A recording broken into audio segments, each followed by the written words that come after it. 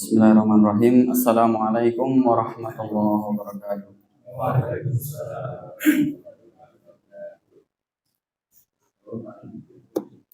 Innal hamdalillah nahmaduhu wa nasta'inuhu wa nastaghfiruh wa na'udzu billahi min shururi anfusina wa sayyiati a'malina. May yahdihillahu fala mudilla lahu wa man yudlilhu fala hadiyalah. Asyhadu an la ilaha illallah wahdahu la syarika lah wa asyhadu anna Muhammadan abduhu wa rasuluh la nabiyya ba'dahu wa la rasula ba'dahu. Rabbi shrah li sadri wa yassir li amri wa hlul 'uqdatam min lisani yafqahu qawli. Allahumma anfa'na bima 'allamtana wa 'allimna ma yanfa'una wa zidna ilman wa jannibna ma yadurruna fi dinina wa dunyana ya arhamar rahimin.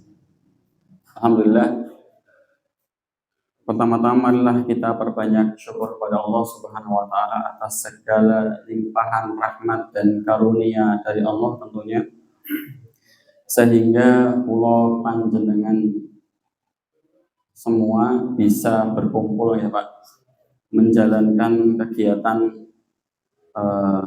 rutin kajian. Semoga upaya kita, waktu yang kita luangkan, tenaga, kemudian segala yang kita korbankan untuk hadir di sini menjadi amal soleh yang nantinya akan memberatkan timbangan kita di hari akhir nanti. Amin Allahumma amin. Jamaah dirahmati Allah Subhanahu wa taala, Allah mengingatkan kepada kita dalam firman-Nya bahwasanya nikmat yang Allah berikan ini amat sangat banyak. Bahkan kalau kita mencoba untuk menghitung-hitung tentu tidak akan mampu. Ya, wa in ta'uddu nikmatallahi la tuhsuha. Tidak akan mampu. Ya, dalam sebuah hadis Pak dikisahkan Rasulullah pernah didatangi oleh malaikat Jibril. Kemudian malaikat Jibril ini berkisah kepada Nabi Muhammad bahwasanya ada seorang hamba Allah ya, yang dia telah beribadah tanpa maksiat selama kurang lebih 500 tahun Pak. 500 tahun ya. Dan ini bukan waktu yang sebentar ya, lama sekali. Bahkan kalau usia kita 80 tahun belum karuan digunakan untuk senantiasa untuk beribadah. Ya. Ini 500 tahun waktu hidupnya itu senantiasa digunakan untuk beribadah kepada Allah Subhanahu wa taala. Sedangkan kita mungkin kalau ketemu bulan Ramadan ya Pak, paling ya ya semangatnya bertahan di awal-awal saja gitu. Padahal itu cuma 30 hari. Ya, di akhir-akhir Ramadan mulai pada berguguran, semangat menurun, kemudian mulai malas gitu. Sedangkan hamba ini ya, dikisahkan oleh malaikat Jibril tidak pernah bermaksiat dan senantiasa beribadah selama 500 tahun. Kemudian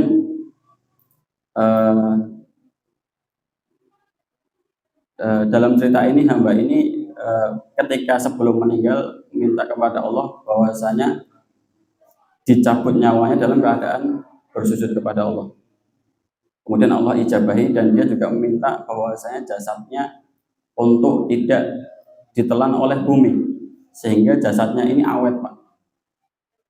Dan Allah takdirkan hamba ini Pak hidup di tengah pulau, yang mana pulau ini tidak begitu besar, ya, dan juga jauh dari pulau-pulau lainnya, jauh dari kehidupan manusia, sehingga dia bisa benar-benar fokus untuk beribadah kepada Allah saja.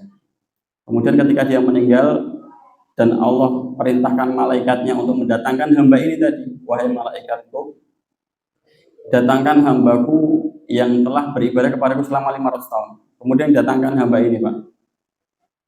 Datang, kemudian Allah berfirman kepada hamba ini, wahai hambaku, masuklah engkau ke dalam surga atas rahmatku kepadamu. Ya. Jadi Allah memasukkan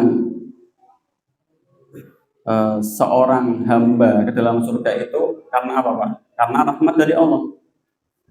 Kemudian hamba ini protes, ya Allah, bukankah saya masuk surga itu karena amalanku? Maka Allah menjawab, masuklah ke dalam surga karena rahmatku. Kemudian protes lagi, ya Allah, bukankah saya masuk ke dalam surga ini karena ibadahku selama 500 tahun? Kemudian Allah merintahkan kepada malaikat, wahai malaikatku, timbanglah amal kebaikannya bersama dengan nikmat yang telah aku berikan. Kemudian ditimbanglah itu Pak, antara amal kebaikan ibadahnya selama 500 tahun tanpa maksiat gitu Pak, ibadah yang tidak cacat, dibandingkan nikmat yang Allah berikan. Dan ketika ditimbang itu Pak, bukan nikmat yang seluruh nikmat yang Allah berikan, akan tapi cuma nikmat penglihatan gitu. Jadi Allah mengambil nikmat penglihatan untuk ditimbang dibandingkan dengan amal solehnya selama 500 tahun. Maka amal solehnya tadi bahkan tidak mampu membalas setengah dari nikmat penglihatan itu. Ya. Kemudian Allah merintahkan kepada malaikatnya, wahai malaikatku, masukkan orang ini tadi ke dalam neraka. Maka orang ini menangis Pak, ya Allah, ampuni saya dan masukkan saya ke dalam jannah-Mu karena rahmat-Mu. Kemudian Allah mengampuni dan dimasukkan ke dalam surga. Jamaah dari mati Allah Subhanahu wa taala, apapun kebaikannya, amal soleh sebesar apapun, sebanyak apapun yang kita kerjakan, kalau bukan karena rahmat Allah, kita tidak mungkin mengerjakan itu Pak. Ya. Bahkan dalam hadis lain ya, Rasulullah mengingatkan kepada umatnya, wala yu'til iman illa man yuhib. Allah tidak akan memberikan keimanan Pak, kemudahan sholat, gitu, kemudahan kita beribadah, kemudahan kita dalam bangun malam hari, keikhlasan kita ketika bersedekah, gitu, kemudahan kita untuk berzikir, membaca Al-Quran, segala bentuk ibadah itu kecuali Allah sayang kepada kita. Jadi bukan lantas murni usaha kita gitu. Yo, aku sholat yo mergo aku soleh. Jadi yo nera sholat isin. Bukan Pak. Akan tapi semua amal kebaikan yang kita kerjakan adalah atas rahmat yang Allah berikan kepada kita. Sehingga ketika masuk surga pun demikian. Bukan karena amal kita, akan tapi karena rahmat yang Allah karuniakan kepada kita. Jamaah yang dirahmati Allah Subhanahu wa taala, ada dua dalil yang bertentangan. Ada dalil yang menyebutkan bahwasanya surga itu balasan bagi yang beramal soleh ketika di dunia. Akan tapi juga ada dalil yang mengisahkan kisah ini, sehingga menjadi perdebatan di kalangan ulama. Kemudian di situ ulama menyebutkan bahwasanya masuk surga seorang hamba itu dikarenakan karena rahmat Allah. Akan tetapi tempat dia nanti di surga itu dikarenakan karena amal ibadahnya. Ya. Jadi surga ini kan ada tingkatan-tingkatannya Pak. Nah, semakin tinggi tingkatan di surga itu, maka tergantung amal ibadah kita. Ya. Maka amal ibadah yang kita lakukan tetap mendapatkan balasan dari Allah, karena Allah tidak akan mendolimi ya. Dengan tingkatan di mana Allah akan meletakkan kita di surga nanti sesuai dengan amal kebaikan kita. Jamaah yang dirahmati Allah Subhanahu wa taala, kemudian yang kedua, sholawat dan salam semoga senantiasa tercurahkan kepada Nabi Muhammad Sallallahu Alaihi Wasallam, yang mana tentunya berkat perjuangan beliau dalam mendakwakan agama ini, berkat kesabaran beliau, berkat keberanian beliau menyampaikan kebenaran, sehingga Islam atas izin Allah sampai kepada kita. Ya, dalam sebuah hadis Rasulullah bersabda, "Man shalla alayya salatan wahidatan, sallallahu alaihi biha asyran. Wa man shalla alayya asyran, sallallahu alaihi mi'atan. Wa man shalla alayya mi'atan, kataballahu lahu bara'atan minan nifaq baina ainaihi wa bara'atan minan nar wa anzalahu Allahu yaumal qiyamah ma'asy syuhada." Hadis riwayat Tabrani. Siapa yang bersolawat bagiku sekali, kata Rasulullah, maka Allah akan bersolawat baginya sebanyak 10 kali. Dan siapa yang bersolawat bagiku 10 kali, maka Allah akan bersolawat untuknya sebanyak 100 kali. Dan barang siapa yang bersolawat kepada Nabi sebanyak 100 kali, maka Allah akan mencatat di antara kedua matanya kebebasan dari sifat munafik, kemudian kebebasan dari neraka, dan Allah akan menempatkannya pada hari kiamat bersama para syuhada. Maka Pak, tentu kita sudah banyak sekali mendengar perintah dalil terkait dengan sholawat, ya. Dan yang kita ketahui bahwasanya sholawat itu semakin kita banyak bersholawat dan kita rutinkan, menjadikan amalan wajib kita setiap harinya, dan kita perbanyak, maka semakin banyak pula kebaikan yang akan kita peroleh.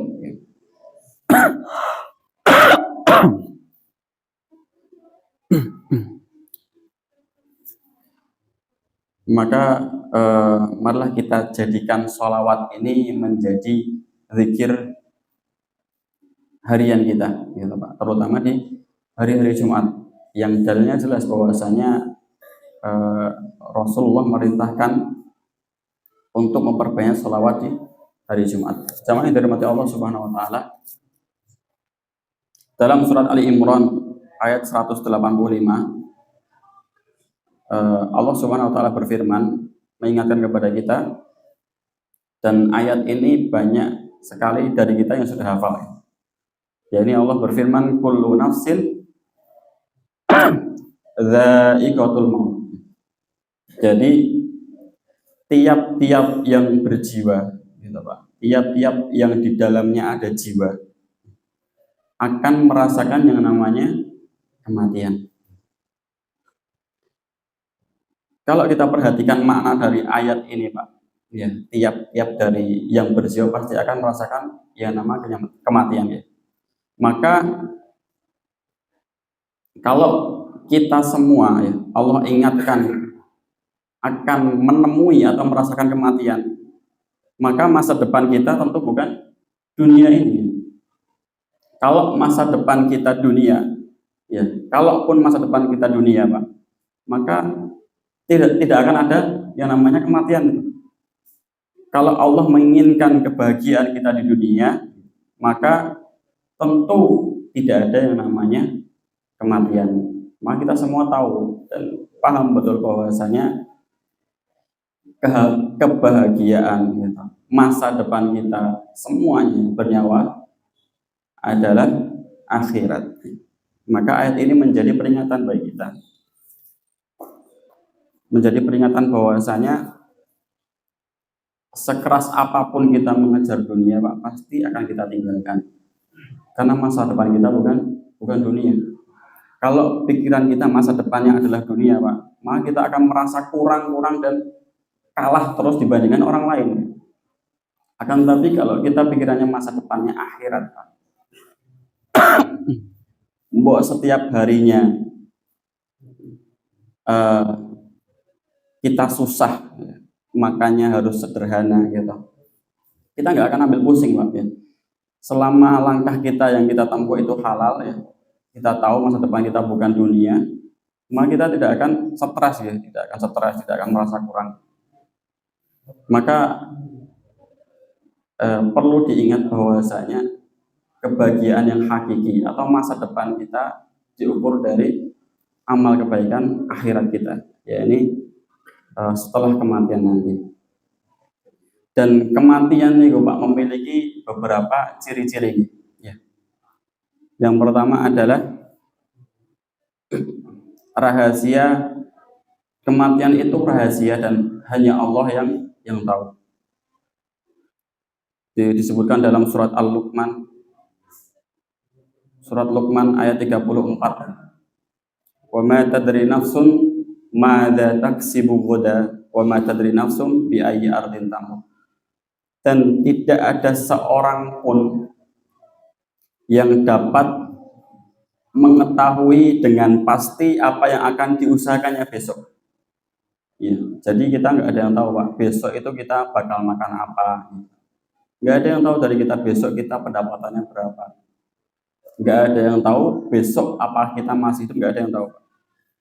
Wa ma tadri nafsun bi ayyi ardin tamut. Dan begitu pun tidak ada seorang pun yang dapat mengetahui di bumi mana mereka akan meninggal. Bahkan Rasulullah sekalipun, Pak, ya, kalau kita melihat akhir dari sirah nabawiyah, ya, kisahnya Nabi Muhammad itu di akhir-akhir diceritakan bahwasanya ketika Nabi Muhammad Shallallahu Alaihi Wasallam beliau sedang sakit, Pak. Beliau sedang sakit, kemudian sampai tidak bisa memimpin sholat berjamaah. Kemudian Nabi Muhammad memerintahkan kepada istrinya Aisyah untuk memerintahkan ayahnya memimpin sholat jamaah menggantikan Rasulullah. Wahai Aisyah, perintahkan kepada ayahmu untuk menggantikanku memimpin sholat. Ya. Maka Aisyah menjawab, wahai Rasulullah, sungguhnya ayahku tidak akan sanggup memimpin sholat karena dia orangnya nangisan gitu. Baru baca surat Al-Fatihah sudah nangis seperti itu. Akan tapi kemudian tetap dipimpin oleh Abu Bakar ini, Pak. Kemudian setelah Rasulullah memerintahkan bahwasanya sahabat Abu Bakar ini memimpin sholat, maka sahabat Abu Bakar ini selama 3 hari, Pak, tidak pernah pulang ke rumah, gitu, selama Jumat, kemudian Sabtu, Ahad, karena diperintahkan Rasulullah untuk mengimami sholat 5 waktu. Maka tatkala 3 hari mengimami, kemudian datang hari Senin, Pak, ketika sholat subuh, ya, ketika azan telah dikumandangkan, kemudian iqomah dikumandangkan, sahabat Abu Bakar sudah menghadap makmum dan makmumnya sudah pada berdiri, Pak. Ketika sholat hendak dimulai, tiba-tiba pintu rumah Rasulullah terbuka. Dan rumah Rasulullah itu, Pak, dempet dengan masjid. Sehingga ketika pintu terbuka ini, semua yang hadir di masjid itu paham betul, ya, tahu betul. Maka semua sahabat itu memandang ke arah pintu yang terbuka tadi. Mereka bahagia sekali. Bahkan ada sahabat yang mengatakan tidak ada hari yang lebih cerah, tidak ada waktu yang lebih membahagiakan dibandingkan dengan ketika datangnya Rasulullah setelah sakit beliau selama 3 hari. Karena betapa rindunya sahabat ketika itu, Pak, ya, 3 hari tidak bertemu Rasulullah dan tidak ada akses masuk ke rumah Rasulullah kecuali sahabat Abu Bakar karena beliau mertua dari Rasulullah. Maka para sahabat senang, Pak. Dan ketika Rasulullah mengikuti sholat jamaah nih, Pak, beliau tidak mengatakan, wahai sahabatku, ini sholat terakhirku. Karena memang Rasulullah tidak dikabari oleh Allah bahwasanya itu hari terakhir beliau menjalankan sholat. Padahal telah turun kepada Nabi Muhammad 6.236 ayat secara berduyun-duyun kepada Nabi Muhammad, akan tetapi Nabi Muhammad tetap tidak mengetahui kapan dirinya akan meninggal dunia. Maka dari itu kemudian setelah subuh Rasulullah mengikuti sholat jamaah, Pak, para sahabat dikabari zuhur Rasulullah telah tiada. Ya, maka ini juga menjadi pelajaran bagi kita bahwasanya kematian itu tidak ada yang tahu. Wa ma tadri nafsun bi ayyi ardin tamut, dan tidak ada satu jiwa pun yang mengetahui di tempat mana dia akan meninggal. Jamaah yang dirahmati Allah Subhanahu wa taala, itu salah satu dari ciri-ciri kematian. Kemudian yang kedua adalah kematian memiliki sebab. Kematian memiliki sebab.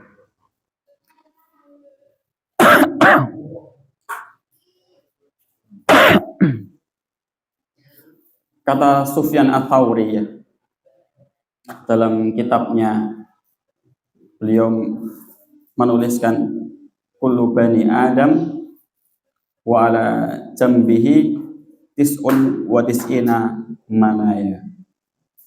Jadi setiap manusia, setiap dari kita, Pak, dikelilingi di sampingnya 99 sebab kematian. Maka satu persatu akan mengenainya, dan salah satunya akan menjadi sebab kematiannya. Maka jika 99 sebab kematiannya mengenainya dan dia belum mati, maka sebab ke-100 pasti membuat dia mati. Kemudian Sufyan Ats-Tsauri mengatakan ketika ditanya, maka apa sebab yang ke-100? Beliau mengatakan al-haram, yakni penyakit tua. Ya. Maka kalau sebab ke-100 ini mengenai kita, Pak, pasti kita akan mati. Ya.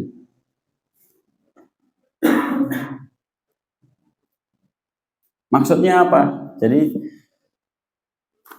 misal ada seorang bayi baru lahir, kemudian dari rumah sakit dia dibawa oleh orang tuanya pulang, di jalan kecelakaan, qadarullah bayi ini meninggal, maka bisa jadi dia terkena sebab kematian yang pertama dan langsung meninggal. Tapi ada juga, Pak, orang yang wes kecelakaan bola-bali, lorong bola-bali, tapi yo sehat wae gitu, mari pergi yo sehat malah. Saya juga punya teman seperti itu, Pak. Ketika saya kuliah, Pak, saya punya teman satu kelas gitu. Niku suatu ketika di grup WA kelas niku rame, Pak. Namanya Rama ya, orangnya namanya namanya Roma. Nah, teman saya Roma ini, Pak, pernah suatu ketika menggembarkan grup kelas gitu. Karena apa? Tiba-tiba ada yang nge-share fotonya niku habis kecelakaan. Jadi posisinya tidur di atas dipan, lehernya digip, gitu, kakinya digip, tangannya digip. Kemudian dipasangi selang. Wah, langsung grup ramai nih ya, Pak. Loh, perasaan mawawan nembe ngobrol-ngobrol ya, guys. Kondisi ini ngene piye ya, kapan diagendake tilik ning rumah sakit. Kemudian ya qadarullah ya, saya juga sempat tilik ya. 2 hari setelah kecelakaan itu saya datang ke rumah sakit, udah bisa diajak ngobrol alhamdulillah. Tapi ya masih dalam kondisi yang sama digigit. Kemudian beberapa bulan kemudian teman saya ini sembuh, Pak. Sembuh, kuliah seperti biasanya, dan beberapa tahun ya, 1 tahun setelahnya saya ketika berangkat kuliah pagi-pagi, Pak, tiba-tiba berhenti karena jalan di depan saya itu macet, Pak. Macet ngapa gitu? Mandi saya tak menepi gitu kan. Kemudian karena saya penasaran tak inceng, Pak. Kok ada darah berceceran sih? Kecelakaan, jangan tak lihat loh. Teman saya Roma ini, Pak. Ya Allah, astagfirullah. kecelakaan. Jadi di Lawean itu kan jalannya dua arah ya Pak, badai-badai ini loh, dua arah dan tidak ada sekatnya Pak. Nah di situ Pak, tabrakan dari dua arah sebaliknya, sampai gigi depannya itu patah 3. Jadi ketika saya deket itu dia nggak sadar, ngeblank gitu loh. Tak tanyai berkali-kali tetap nggak nyaut, tapi ya tak tunggu sampai dia merespon. Habis itu saya bonceng, saya bawa ke puskesmas untuk ditangani gitu. Itu juga sakitnya nggak lama Pak, pasang gigi palsu. Setelah sehat pulih lagi, kuliah lagi, sampai waktu berjalan selesai kuliah, kemudian dia menikah Pak, menikah. Jadi entah itu sebab keberapa nih. Jadi kecelakaannya gini, ngotot niku parah-parah kayak. Terus dia menikah, qadarullah ya dapat istri yang kaya raya keluarganya gitu. Jadi dipasrahi usaha nasi goreng di daerah Purwosari. Dia suruh megang usaha nasi goreng di situ Purwosari. Dan setiap saya ketemu niku motornya gonta-ganti Pak. Motornya anyar mana? Iya, alhamdulillah. Alhamdulillah. Terus nggak perlu mikir kerja ya karena sudah dipasrai outlet tadi. Ya saya mikirnya, oh iya alhamdulillah makmur tenang uripnya kan gitu. Akhirnya ya lama tidak ketemu mungkin karena kesibukan masing-masing dan sudah nggak kuliah gitu. Tiba-tiba dapat kabar bahwasanya teman saya Roma ini meninggal dunia. Ya. Saya pun kaget Pak Luigi. Selama kuliah itu dia tidak pernah sakit Pak, mengeluh sakit kecuali kecelakaan tadi. Entah sakit, jarang banget absen karena izin sakit, panas atau dan lain sebagainya, jarang sekali. Apalagi sakit organ dalam nggak pernah sama sekali. Kemudian setelah saya takziah, saya tanya ke kakaknya ketika Mas ini jane Roma ini meninggalnya karena apa? Oh karena ya adik saya ini meninggal karena sakit. Loh, sakit? Pernah sakit tuh? Iya, sakitnya ya baru-baru ini ternyata sakit asam lambung. Asam lambung ya. Padahal ya ketika masa kuliah niku belas mboten nate sambat yang namanya sakit. Bahkan termasuk mahasiswa yang sergap, jarang absen ya. Nah itulah ya, jadi manusia terkadang ya banyak sebab-sebab kematian yang mengintai dirinya. Bisa jadi Allah selamatkan dari sebab kesekian kematian disebabkan karena amal solehnya, entah itu sedekah, ya kan banyak amal soleh yang menghindarkan dari bala, ya. Entah itu istighfarnya, taubatnya dan lain sebagainya. Akan tapi ya ada sebab-sebab lain yang akan terus mengintai kita, dan kalaupun sebab kematian itu tidak dapat menjadikan kita mati, maka sebab ke-100 lah yang akan menjadi takdir kematian kita, yakni penyakit tua gitu.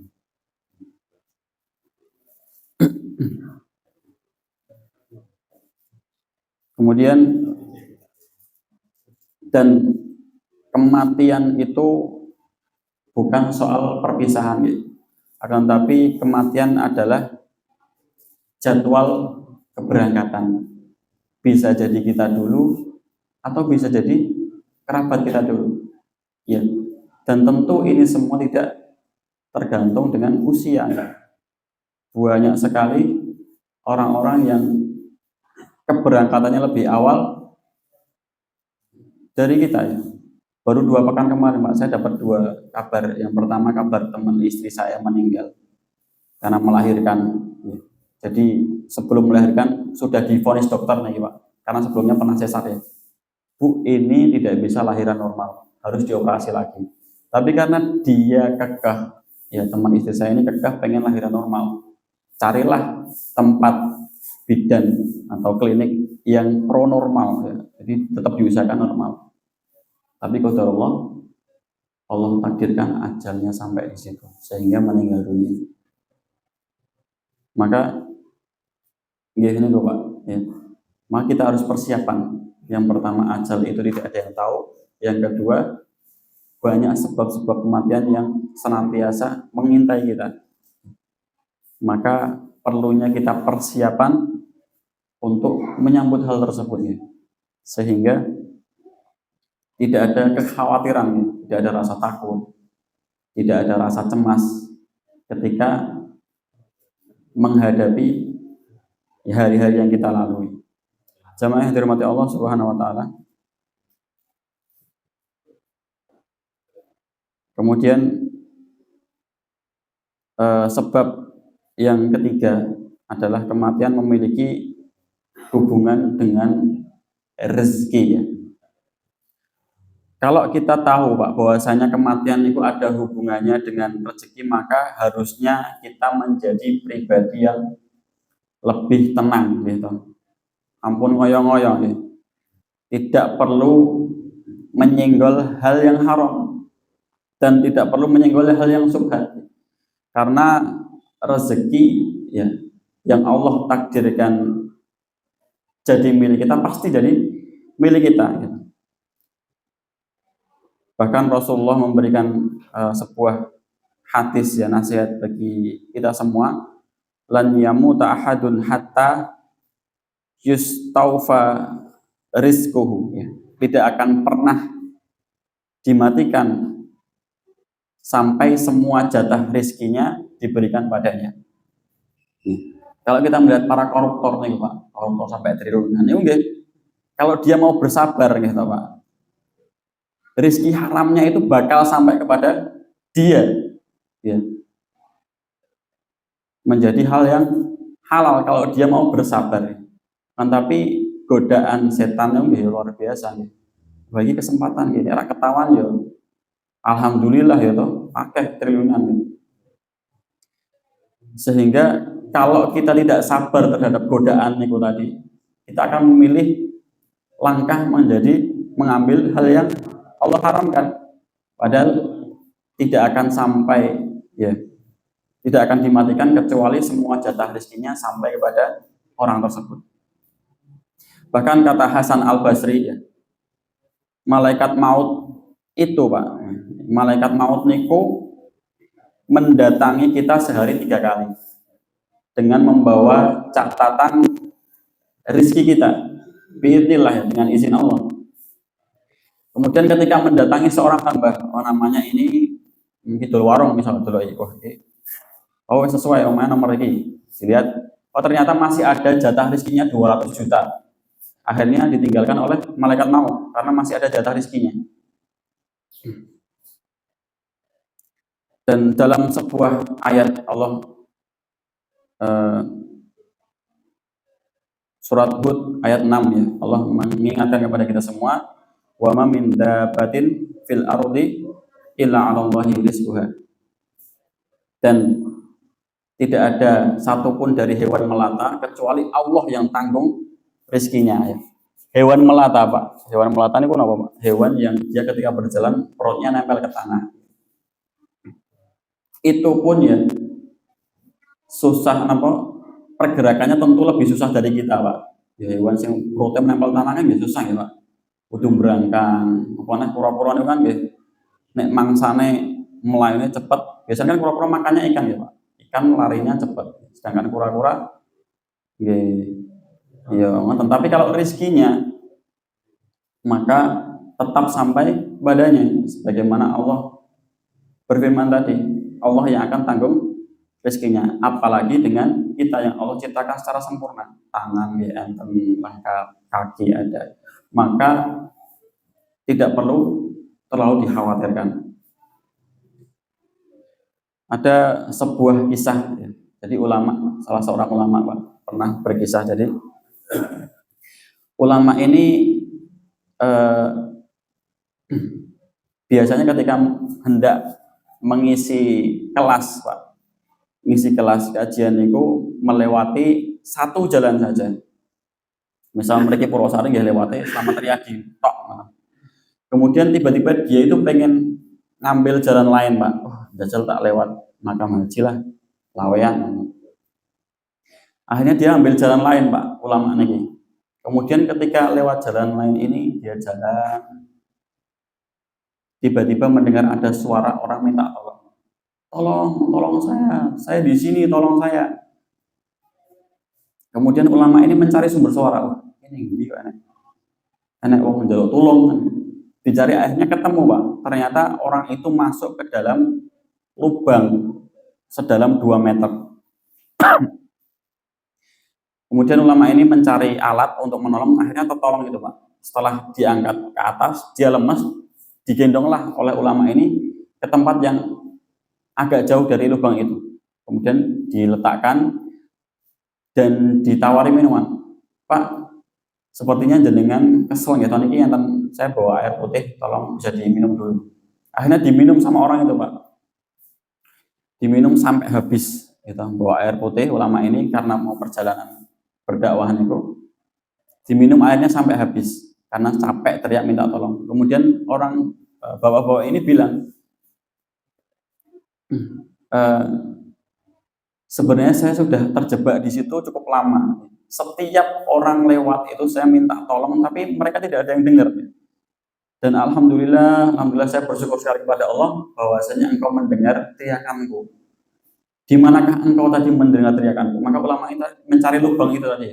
Sepertinya di arah sana ada lubang lah. Di situ saya mendengar teriakanmu, minta tolong. Kemudian orang ini, Pak, sehabis minum tadi merasa badannya agak sehat, penasaran. Oh, di lubangnya di sana ya. Dia penasaran, pengen tahu lubang mana yang membuat dia terperosok. Akhirnya orang ini berjalan mendekati lubang itu, akhirnya kepleset dan meninggal. Ya. Maka ulama ini mengelus dada dan mengucapkan, ya Allah, ternyata engkau mentakdirkan hamba melewati jalan ini hanya untuk memberikan rizki terakhir dari orang tersebut berupa 1 botol air minum. Gitu. 1 botol air minum. Kalau masih rizkinya, Pak, nggak akan mati itu, Pak. Jadi nunggu matinya setelah minum air tadi. Saya juga pernah dengar kisah, Pak. Jadi kisah ini juga disampaikan di kajiannya Ustadz Adi Hidayat itu. Jadi seorang ibu sakit stroke, gitu, Pak. Sampai tidak bisa bicara tiba-tiba. Kemudian suatu ketika ibu ini bisa bicara. Kemudian minta didudukkan, minta dipakaikan baju yang serba putih dan dibikinkan susu oleh anaknya. Kemudian setelah pakai baju putih dan rias, dibikinkan susu, dibacakanlah Al-Quran oleh anaknya tadi. Setelah susunya habis, ibu ini izin tidur dan tidak pernah bangun lagi. Jadi seperti itulah rezeki, Pak.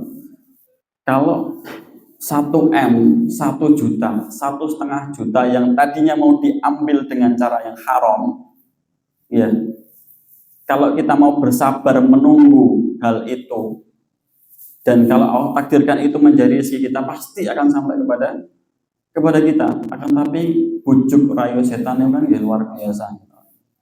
Wah, ini kesempatan ini, ra enek sing weruh. Mbok jiko pun nggak ada yang tahu. Enak iki sampe nggo tuku soto gitu, karena nggo tuku sate dan lain sebagainya. Itulah godaan setan. Sehingga kita mendahului hal yang menjadi takdir halal bagi kita, sehingga haram bagi kita. Itulah 3 ciri-ciri kematiannya. Maka kita harus berhati-hati benar terhadap rezeki yang haram, karena rezeki yang haram ya, yang terlanjur dimakan itu dampaknya sangat banyak, Pak. Jasad kita ketika diajak untuk ketaatan berat, gitu, beribadah tidak khusyuk. Kemudian kalau dimakan anak-anak kita juga menjadi anak-anak yang susah diajak untuk ketaatan. Ya. Dan ini juga merupakan PR yang penting bagi para ibu-ibu, gitu. Para istri, para ibu-ibu ini PR yang penting. Ya. Ketika suami berangkat kerja, maka diingatkan suaminya, Bu, salim gitu, kemudian disampaikan ke suaminya, Pak, tolong gitu, kami ini betah berlapar-lapar untuk kalau tidak ada rizki halal yang bisa dibawa pulang. Tapi kami tidak akan betah menjadi bahan bakar api neraka kalau engkau membawa rezeki yang haram sehingga kita makan. Ya. Maka ini tugas ibu-ibu ya, senantiasa ingatkan ke suaminya untuk berhati-hati terhadap rezeki yang haram, karena tidak ada rezeki yang akan lepas dari kita kalau Allah takdirkan itu menjadi milik kita. Jemaah dirahmati Allah Subhanahu wa taala, mungkin hanya ini yang bisa saya sampaikan ya. Sebelum kita akhiri, semoga ada kebaikan yang bisa diambil. Kalau ada salahnya saya mohon maaf, dan kalau ada benarnya itu dari Allah Subhanahu wa taala. Sebelum kita akhiri, kita tutup dengan doa bersama-sama ya. Sebelumnya terima kasih kepada almarhumah Ibu Amat Rohani Bingah. Semoga amal kebaikan beliau diterima di sisi Allah Subhanahu wa taala, dan Allah mengampuni segala bentuk kekhilafan beliau. Dan Allah tempatkan beliau di tempat terindah di sisi Allah Subhanahu wa taala. Marilah kita akhiri pada kajian pada malam hari ini dengan doa bersama-sama. Allahumma shalli wa sallim wa barik ala nabiyyina Muhammad wa ala ali Muhammad kama barakta ala Ibrahim wa ala ali Ibrahim innaka Hamidum Majid. Ya Hayyu ya Qayyum ya Malikal Mulk ya Mujibad Da'wat ya Qadiyal Hajat. Allahumma ighfir lil muslimina wal muslimat wal mu'minina wal mu'minat al ahya minhum wal amwat innaka sami'un qaribun mujibud da'wat wa ya qadiyal hajat. Allahumma ansuril islam wal muslimin, Allahumma ansuril ikhwanana al muslimin al mustad'afina fi Filastin, Allahumma ansuril ikhwanana al muslimin al mustad'afina fi Sudan, Allahumma ansurhum nasran aziza, Allahumma anzilis sakinata ala qulubihim wa wahid sufufahum, Allahumma ansurhum, Allahumma dawi jarhahum, Allahumma afi mubtalahum, Allahumma shfi mardahum, Allahumma arham mautahum, Allahumma taqabbal syuhada'ahum ya arhamar rahimin. Allahumma taqabbal minna salatana wa siyamana wa ruku'ana wa sujudana. Allahumma ighfir lana dhunubana wa kaffir anna sayyi'atina wa tawaffana ma'al abrar. Allahumma inna nas'aluka salamatan fid din wa afiyatan fil jasad wa ziyadatan fil ilmi wa barakatan fil rizqi wa taubatan qabla al maut wa rahmatan 'inda al maut wa maghfiratan ba'da al maut. Allahumma hawwin 'alaina fi sakaratil maut wa najatan minan nar wal 'afwa 'indal hisab. Allahumma kfina bihalalika an haramik wa aghnina bifadlika amman siwak. Allahumma kfina bihalalika an haramik wa aghnina bifadlika amman siwak. Allahumma kfina bihalalika an haramik wa aghnina bifadlika amman siwak. Allahumma rabbi ighfirli wa liwalidayya warhamhuma kama rabbayani shaghira. Rabbana atina fid dunya hasanah wa fil akhirati hasanah wa qina adzabannar. Walhamdulillahi rabbil alamin. Wassalamualaikum warahmatullahi wabarakatuh.